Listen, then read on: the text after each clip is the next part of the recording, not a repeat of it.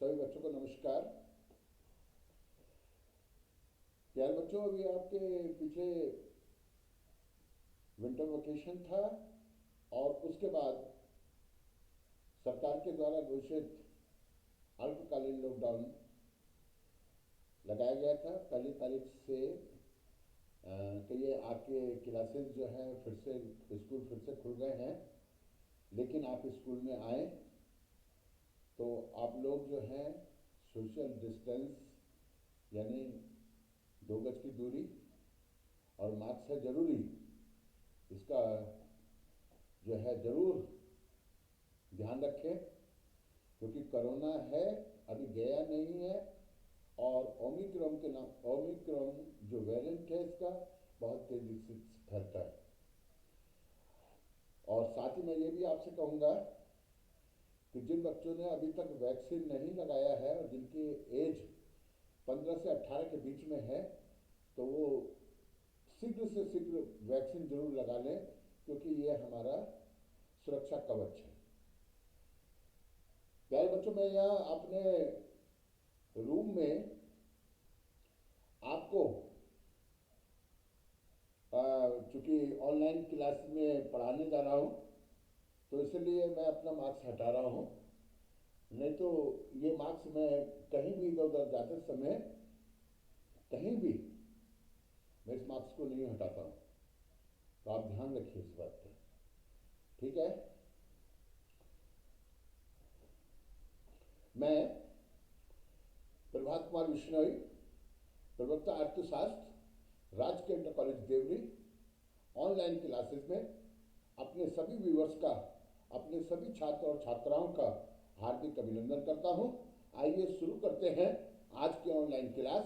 आज का हमारा टॉपिक है प्रभावपूर्ण मांग तथा इसके निर्धारक घटक, तत्व, कारक। अंग्रेजी में हम इनको फैक्टर कहते हैं। डिटरमाइनेशन फैक्टर्स ऑफ इफेक्टिव डिमांड। तो देखिए, प्रोफेसर किन्स्के का जो रोजगार सिद्धांत है और जो कि उन्होंने अपनी प्रसिद्ध पुस्तक में प्रकाशित किया है, जिसका नाम है general theory, employment, interest and money. रोजगार का कहिए कि रोजगार, ब्याज और मुद्रा का सामान्य सिद्धांत, हिंदी में। जो J.M. Keynes, John Maynard Keynes, मैंने अभी आपको बताया था कि मार्शल के शिष्य हैं, और इनकी जो पुस्तक है उसमें रोजगार का जो सिद्धांत इन्होंने दिया है, ठीक है, पूर्ण रोजगार का सिद्धांत, किन्स का रोजगार सिद्धांत, तो उसमें प्रभावपूर्ण मांग बहुत ही महत्वपूर्ण है।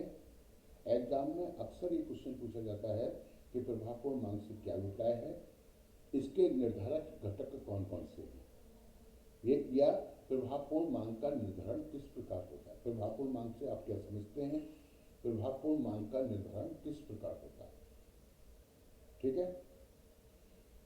तो चलिए शुरू करते हैं। प्रभावपूर्ण मांग यानी इफेक्टिव डिमांड, ये जो है दो तत्वों पर निर्भर करती है, समग्र मांग फलन अर्थात समग्र मांग क्रिया, और दूसरा जो तत्व है समग्र पूर्ति फलन अर्थात समग्र पूर्ति क्रिया। अब इसको हम अगर देखें तो हम इसको कहेंगे कुल मांग और कुल पूर्ति। क्या बोले, इसको क्या कहेंगे, कुल मांग, यहाँ पे लिख देता हूं मैं, कुल मांग, ठीक है, और इसको क्या कहेंगे, कुल पूर्ति, ठीक है।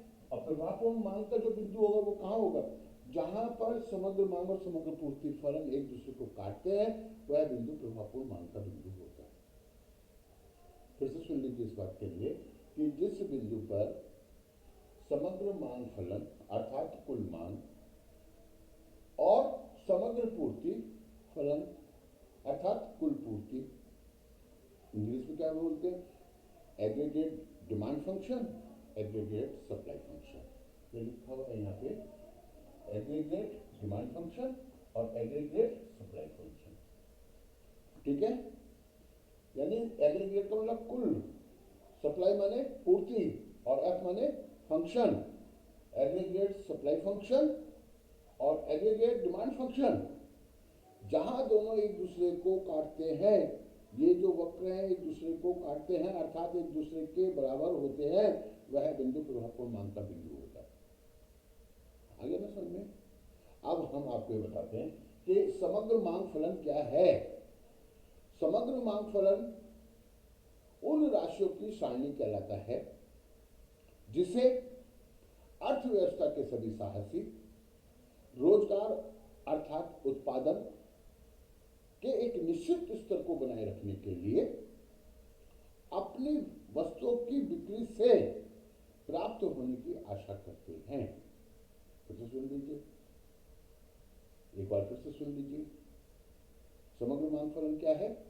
उन राशि यानी कि विक्रय प्राप्तियां, वो विक्रय प्राप्तियां हैं या उन विक्रय प्राप्तियों की एक सारणी है, तालिका है, अनुसूची है, ठीक है, जिसे रोजगार के एक निश्चित स्तर को बनाए रखने के लिए अर्थव्यवस्था के सभी साहसी अपनी वस्तु को बेचकर प्राप्त करने की आशा करते हैं, ठीक है। और समग्र पूर्ति फलन क्या है कि ये उन मात्राओं की यानी उन राशियों की सारणी है जिसे अर्थव्यवस्था के सभी साहसी रोजगार के एक निश्चित स्तर को बनाए रखने के लिए अपनी वस्तु को बेचकर अवश्य ही प्राप्त करना चाहते हैं। अगर उन्हें ये राशि प्राप्त नहीं होगी तो वो उस रोजगार के स्तर को नहीं दे पाएंगे, ठीक है। तो यहाँ पर हम ये देखते हैं, ये आपको मैं एक चीज और बता दूं, मैंने आपको मांग वक्र पढ़ाया है और जो मांग वक्र मैंने आपको पढ़ाया है उसको आपने देखा होगा, ठीक है। वो मांग वक्र कैसा होता है, उसका ढाल कैसा होता है, ऋणात्मक होता है। कैसा होता है? ऋणात्मक होता है। और क्यों होता है? क्योंकि उसको सीमांत यानी सीमांत उपयोगिता राशि में क्रियाशील होता है, स्थानापन्न प्रभाव है, आय प्रभाव है ना, वस्तु के कई क्रेताओं की संख्या का बढ़ जाना है, वस्तु के विविध प्रयोग होना है, तो ये एग्जाम में आता है। आप मेरे पिछले वीडियो में देख लीजिए इसको। तो जो मांग होता है, मांग वक्र कैसा होता है, इस तरीके से उसका ढाल होता है, ऋणात्मक होता है, ठीक है। या फिर ये कहें कि वक्राकार हो सकता है, जैसे ये हमने बना दिया, ठीक है, लेकिन ढाल ऋणात्मक ही है, ये याद रखिए, ठीक है। ये मूल्य बढ़ता है, मांग कम होती है, ये आप देख सकते हैं उसमें। एग्रीगेट डिमांड जो है, एग्रीगेट डिमांड जो फंक्शन एग्रीगेट जो होगा वो इस तरीके से ऊपर को चढ़ती हुई रेखा होगी, एडी, ठीक है, या इस प्रकार की रेखा होगी पत्थर का।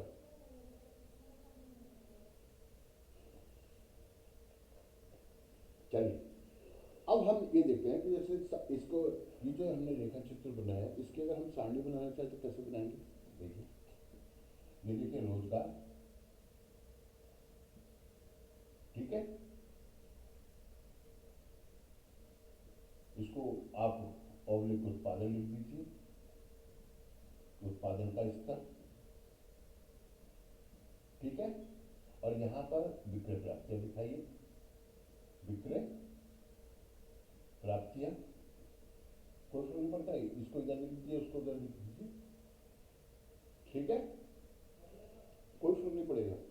अगर विक्रय प्राप्तियां 500 करोड़ हैं तो इस विक्रय प्राप्तियां जो कि प्राप्त होने की आशा है अर्थव्यवस्था के समस्त साहसियों को, 500 करोड़ रुपया अपनी वस्तु को बेचकर प्राप्त होने की आशा है, तो ऐसे उसमें वो मान लीजिए 2 लाख लोगों को रोजगार दे सकते हैं, यानी 2 लाख 500 करोड़ रुपए की अगर उनको आय हो, 500 करोड़ रुपए यानी उनकी वस्तुओं की जो विक्रय प्राप्तियां हैं उनको 500 रुपए के बराबर, तो 2 लाख का रोजगार, 2 लाख रोजगार दे सकते हैं वो, ठीक है, 2 लाख रुपए के बराबर उत्पादन कर सकते हैं।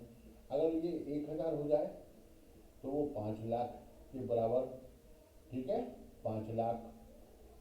और यदि वो 1500 करोड़ हो जाए तो वो 7 लाख, लोगों को रोजगार दे सकते हैं। तो ये जो तालिका है ये समग्र मांग की तालिका है, और इसके अकॉर्डिंग यदि आप बनाएंगे तो यहाँ पे तो आप दिखा रहे हैं उत्पादन x1 x2 और यहाँ पे y1 y और y2, तो ये यहाँ पर आप देख रहे हैं, ठीक है। इसको y कर देते हैं, इसको 2 लिख देते हैं, ठीक है। अब यहाँ पे हम देख रहे हैं कि अगर अर्थव्यवस्था के सभी साहसी रोजगार यानी कि उनको 500 करोड़ के बराबर उनकी विक्रय प्राप्तियां उन्हें मिलने की आशा हो, तो इस पर वह x1 के बराबर उत्पादन करेंगे या रोजगार दे सकते हैं। अगर उनकी विक्रय प्राप्तियां 1000 हो जाए, 1000 करोड़ रुपए के बराबर, तो वो OX के बराबर रोजगार दे सकते हैं। और यदि उनकी विक्रय प्राप्तियां 1500 करोड़ रुपए के बराबर हो जाए तो वो X2 के बराबर उत्पादन करेंगे या रोजगार दे सकते हैं। तो समग्र मांग उन राशियों की सारणी है जो अर्थव्यवस्था के सभी साहसी, ये सारणी है, यानी उन राशियों की सारणी है, ये राशियां दे रखी है जो अर्थव्यवस्था के सभी साहसी रोजगार के एक निश्चित स्तर को बनाए रखने के लिए अपनी वस्तुओं की बिक्री से प्राप्त होने की आशा करते हैं। समझ में आ गया होगा? इसको आप याद कर लीजिए, समग्र मांग किससे कहते हैं। अब हम समग्र पूर्ति की बात कर लें। अब देखिए ना, समग्र मांग फलन ये ऊपर को चढ़ता हुआ है, ठीक है। जैसे जैसे अर्थव्यवस्था में उत्पादन की मात्रा बढ़ेगी, उत्पादन में रोजगार की मात्रा बढ़ेगी, बिक्री प्राप्तियां बढ़ेंगी, क्योंकि उत्पादन बढ़ेगा तो बिक्री प्राप्ति भी बढ़ेगी। और ये जो वक्र है ये ऊपर की ओर चढ़ता हुआ होगा, यानी एक सीमा के बाद ये नीचे की ओर भी गिरने लगेगा, ठीक है। तो ये समग्र मांग फलन हो गया, कुल मांग फलन हो गया, कुल मांग वक्र हो गया। अब हम देखते हैं कि समग्र पूर्ति फलन क्या है। तो समग्र पूर्ति फलन यानी उन मात्राओं की सारणी है, उन राशियों की सारणी है जिसे अर्थव्यवस्था के उद्यमी रोजगार के एक निश्चित स्तर को बनाए रखने के लिए अपनी वस्तु की बिक्री से अवश्य प्राप्त करना चाहते हैं। अगर वो राशि उनको प्राप्त नहीं होगी तो वो उस रोजगार के स्तर को प्रदान नहीं कर पाएंगे। जैसे अगर अर्थव्यवस्था के साथियों को OY1 के बराबर अर्थात 300 करोड़ रुपए के बराबर विक्रय प्राप्तियां होंगी, तब वो OX1 के बराबर रोजगार दे सकेंगे। अगर उनकी विक्रय प्राप्तियां बढ़ जाएं और 900 करोड़ रुपए के बराबर हो जाएं, अर्थात OY के बराबर हो जाएं, तो इस स्तर पर वो कितना रोजगार दे पाएंगे? OX2 के बराबर रोजगार देंगे। तो ये राशि उनको प्राप्त होनी चाहिए इस रोजगार के स्तर को बनाए रखने के लिए। यदि हमें OX3 के बराबर उत्पादन अथवा रोजगार चाहिए तो इस स्तर पर अर्थव्यवस्था के साहसी 1200 करोड़ रुपए अपनी वस्तु को बेचकर प्राप्त करना चाहते हैं। अगर नहीं मिलेगा तो वो रोजगार नहीं मिलेगा। तो आप समझ गए होंगे, यानी कि कुल पूर्ति फलन या कुल पूर्ति क्रिया उन राशियों की सारणी है जिसे अर्थव्यवस्था के सभी साहसी अपनी वस्तुओं को बेचकर अवश्य प्राप्त करना चाहते हैं। अब बात आती है प्रभावपूर्ण मांग का निर्धारण कहां पर होगा। ठीक है, जिस बिंदु पर समग्र मांग फलन को यानी एग्रीगेट डिमांड को समग्र पूर्ति क्रिया अर्थात समग्र पूर्ति फलन वक्र काटेगा, वह बिंदु प्रभावपूर्ण मांग का बिंदु होगा और वही रोजगार का बिंदु भी होगा। जैसे ये जो वक्र है, इस वक्र को मैं यहां से हटाकर ये यहां बना देता हूं ऐसे, ठीक है, ठीक है। तो ये ASF हो गया और ये AB एफ हो गया। अब ये दोनों वक्र कहाँ काट रहे हैं? इस बिंदु पर काट रहे हैं। इस बिंदु का नाम मैंने लिख दिया ई। ठीक है, ये जो ई बिंदु है ये समग्र मांग फलन और समग्र पूर्ति फलन का संतुलन बिंदु है। और यानी विक्रय प्राप्ति कितनी? 1200 करोड़। और रोजगार का स्तर कितना होगा? OH3 होगा। इसके बाद रोजगार नहीं बढ़ेगा।